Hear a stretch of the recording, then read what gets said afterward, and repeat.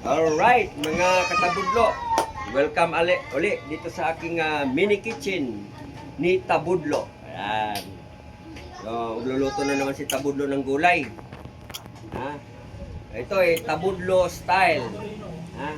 Tabudlo style na gulay. Ayan. So, meron tayong kamatis at saka sibuyas. Ayan. Ito yung ito meron tayong alagbati fresh from my mini farm. Ayan kita nyo. Yan, ito binili ko na to sa Loyot. Tapos yung okra, meron din mga ilang piraso ako nakuha doon na okra.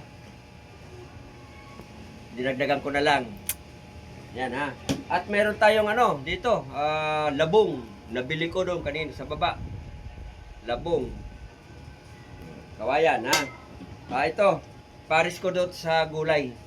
Anong tawag nito? Inihaw na isda. Yan. Mayroon pa ako ditong alimasag. Galing kay Mang Kanor.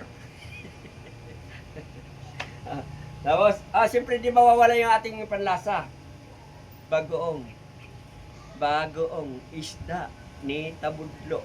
Okay. So, ayan mga kaibigan. Ito pala. Ito yung bangos na inihaw din. Hinimay-himay ko na, pinatanggal ko na yung mga buto-buto para ibabaw ko dun sa gulay. Ha? Siya nga pala, may nagtatanong sa akin, bakit Tabudlo daw? Sabi ko, ito na yon.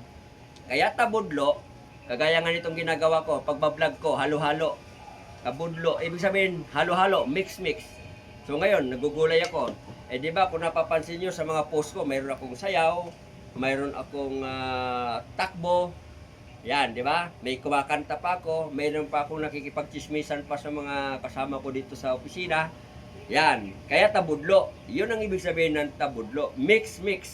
Wala akong yung puro luto lang, kundi kung ano yung matapat sa kuan ko, oras.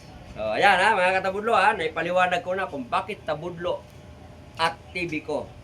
So, thank you for watching. Please subscribe and share naman aking may video. Wala pa rin ako ngayon Wala pa rin ako. Ay si Mami Mita, ewan ko ba bakit hindi ako pinapansin. Ha? Sige, maraming salamat sa inyo. Thank you for watching. See you next time. Bye-bye.